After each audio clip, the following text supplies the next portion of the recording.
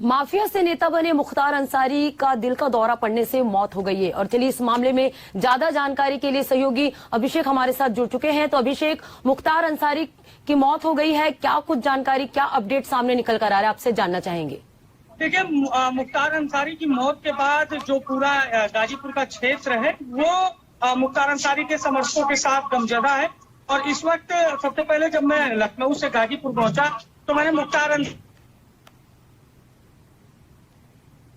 जानने का प्रयास किया कि आखिर जो फाटक के नाम से मशहूर उनका आवास है, वहाँ पर क्या हालात है, कैसे लोगों के मन में क्या है। तो लोगों ने कहीं न कहीं कई संगीन आरोप लगाए।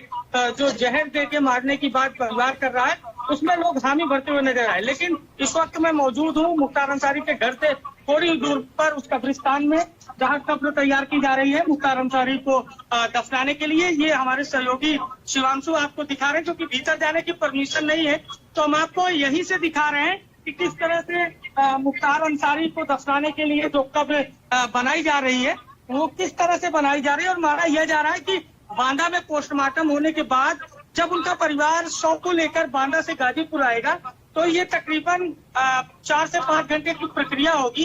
और देर शाम आवास पर ये जो काफिला रहेगा 26 गाड़ियों का वो पहुंचेगा। और उसके बाद मुख्तार अंसारी को उनके जो समर्थक हैं वो श्रद्धांजलि देंगे। और श्रद्धांजलि देने के बाद मुख्तार अंसारी को यहीं पर दफन किया जाएगा। जाहिर है, पूर्वांचल की राजनीति का एक बड़ा नाम मुख्तार अंसारी, जिसके जो फाटक के नाम से मशहूर आवास है, उसे गेटवे ऑफ पूर्वांचल कहा जाता था। कहा जाता था कि राजनीति में अगर पूर्वांचल में प्रवेश करना है तो मुख्तार अंसारी के गेटवे ऑफ यानी फाटक पे जरूर जाना होगा। और वहीं से दिशा दशा तय होती थी। बलिया, बनारस, गाजीपुर, घोसी, मऊ और आसपास की जो विधानसभा और लोकसभा की सीटें थी, वहां पर मुख्तार अंसारी का दबदबा हुआ करता था। 2009 के चुनाव में मुरली मनोहर जोशी को वाराणसी में मुख्तार अंसारी ने खुली चुनौती दी थी और चुनाव में करीबी शिकस्त मुख्तार अंसारी को मिली थी। लेकिन बनारस जैसी धार्मिक नगरी में मुख्तार अंसारी का इतना जबरदस्त तरीके से चुनाव लड़ना कहीं न कहीं मुख्तार के समर्थकों की बदौलत ही संभव था। और ये समर्थक ही है जो अभी कब्रिस्तान के चारों ओर आपको दिखेंगे। मैं सहयोगी से चाहूंगा कि दिखाएं। ये हर जाति वर्ग के लोग हैं जो मुख्तार के समर्थक हैं। और सुबह से या यूं कहें कि कल ही जैसे इनको घटना की जानकारी हुई वैसे ही ये यहाँ पर पहुंचे। लेकिन अब मैं आपको एक बड़ी जानकारी दे रहा हूँ। इस वक्त जहाँ मैं मौजूद हूँ, ये वही कब्रिस्तान है जहाँ मुख्तार अंसारी के परिवार के बाकी सदस्य दफनाए गए हैं। यानी बाकी जो परिवार के सदस्य हैं उनका भी पहले जो पूर्वज रहे हैं उनका संस्कार, अंतिम संस्कार इसी कब्रिस्तान में हुआ है।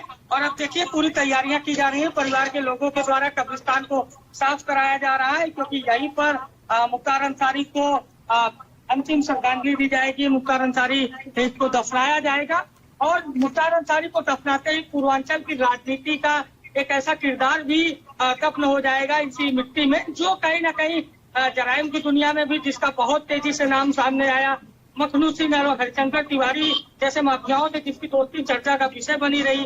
कॉलेज लाइफ से ही लाइमलाइट में आना, राजनीति में 5 चुनाव लगातार जीतना, अपने भाई को सांसद बनवाना, छोटे भाई को सांसद बनवाना, बेटे और भतीजों को विधायक बनवाना, कहीं ना कहीं मुख्तार अंसारी का राजनीतिक जो रसूख था वो बेहद महत्वपूर्ण था पूर्वांचल में। और चाहे जो भी सियासी दल रहा हो, बीएसपी हो, कांग्रेस हो, समाजवादी पार्टी हो, हर किसी को मुख्तार अंसारी की जरूरत पड़ी। और मुख्तार अंसारी भी समय समय पर हर दल में शामिल होते रहे। तो जाहिर है मुख्तार अंसारी के एक अध्याय का आज समापन हो रहा है। मुख्तार अंसारी की मौत हो गई है। हालांकि मौत पर कई सारे गंभीर सवाल उठ रहे हैं। उत्तर प्रदेश ही नहीं, बिहार में भी गंभीर सवाल उठ रहे हैं। तेजस्वी यादव जो आरजेडी के नेता प्रतिपक्ष हैं उन्होंने सवाल उठाए हैं। असदुद्दीन ओवैसी जो देश के बड़े मुस्लिम लीडर हैं उन्होंने सवाल उठाए हैं। और कोई तो इसे शहाबुद्दीन जैसी घटना बता रहा है कि ऐसे ही मौत शहाबुद्दीन की हुई थी, जो बिहार के बाहुबली नेता हुआ करते थे। समाजवादी पार्टी के प्रवक्ता है आईपी सिंह, जो आजमगढ़ के रहने वाले हैं, उन्होंने अब आजम खान को लेकर चिंता जताई है। उन्होंने कहा कि अतीक और मुख्तार के बाद आजम खान के भी साथ ऐसा हो सकता है उन्हें गैर बीजेपी शासित राज्य, यानी जहां बीजेपी की सरकार नहीं, वहां पर आजम खान को रखा जाए, उस जेल में किया जाए। क्योंकि कुछ समय तक मुख्तार अंसारी पंजाब में थे, रोपड़ जेल में थे और वहां पे सुरक्षित होते थे, ऐसा परिवार का दावा। तो फिलहाल दावे और अपनी अपनी रणनीति के बीच सबसे बड़ी खबर यही है कि मुख्तार अंसारी का निधन हो गया है और अब थोड़ी देर में पोस्टमार्टम की जो प्रक्रिया है वो शुरू हो चुकी है और थोड़ी देर में उस प्रक्रिया को पूरा करके जो शव है उनके परिवार को सौंपा जाएगा और उसके बाद परिवार बांदा से गाजीपुर शव लेकर आएगा और यहीं पर जहां मैं मौजूद हूं किसी कब्रिस्तान में उनका अंतिम संस्कार होगा क्योंकि यह पारिवारिक कब्रिस्तान है। इसके पहले उनके दादा और अभिषेक आपसे जानना चाहते हैं कि परिवार के कौन कौन से सदस्य जो है इसमें शामिल होगा, क्या उनके बेटे अब्बास अंसारी भी शामिल हो सकते हैं उनके जनाजे में?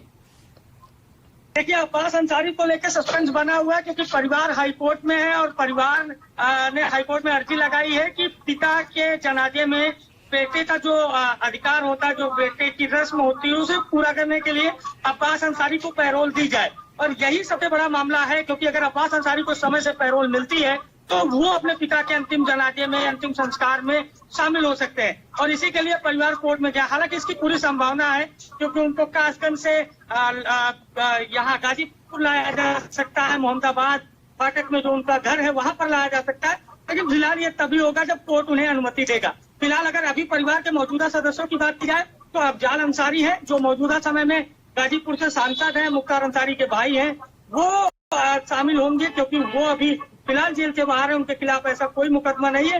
एक मुकदमे में सजा हुई थी, हालांकि उस पर कोर्ट ने स्टे लगा दिया।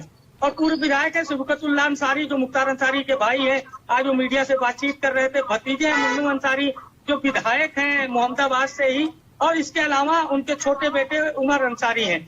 तो ये तमाम परिवार के वो सदस्य हैं जो अंतिम संस्कार में शामिल होंगे। लेकिन अब्बास अंसारी पर सस्पेंस बना हुआ है कि आखिर अब्बास अंसारी शामिल होंगे या नहीं शामिल होंगे, ये दोपहर 1 बजे तक सामने आएगा क्योंकि जिस हिसाब से अर्जी लगाई गई है माना जा रहा है हाईकोर्ट में 12 बजे से 2 बजे के बीच में ये सुनवाई होगी और तकरीबन 1 बजे स्थिति साफ हो जाएगी।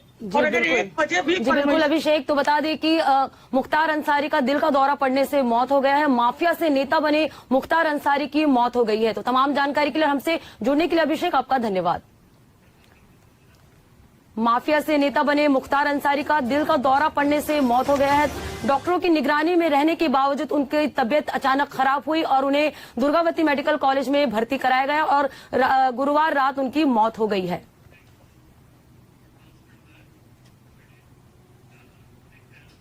और चलिए